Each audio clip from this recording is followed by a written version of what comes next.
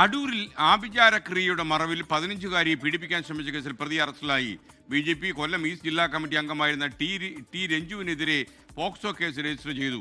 പ്രതി ഇന്ന് കോടതിയിൽ ഹാജരാക്കും. ഷിജോ കുര്യൻ പത്തനംതിട്ടയിൽ നിന്ന് ചേരുന്നു. ഷിജോ, വിവരങ്ങൾ.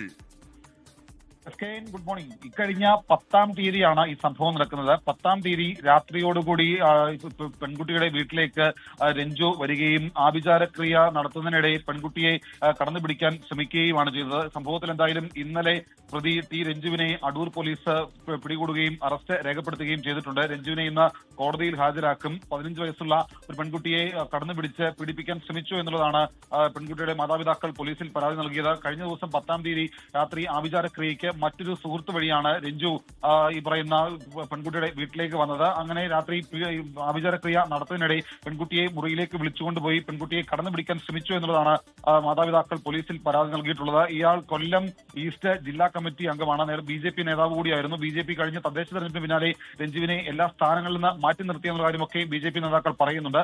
അതിനിടയിലാണ് ഈ സംഭവം കഴിഞ്ഞ ദിവസം രാത്രി 10 മണിയോടുകൂടി നടക്കുന്നത്. എന്തായാലും പ്രതിയെ പിടികൂടി ഇന്ന് കോടതിയിൽ ഹാജരാക്കും. SKN.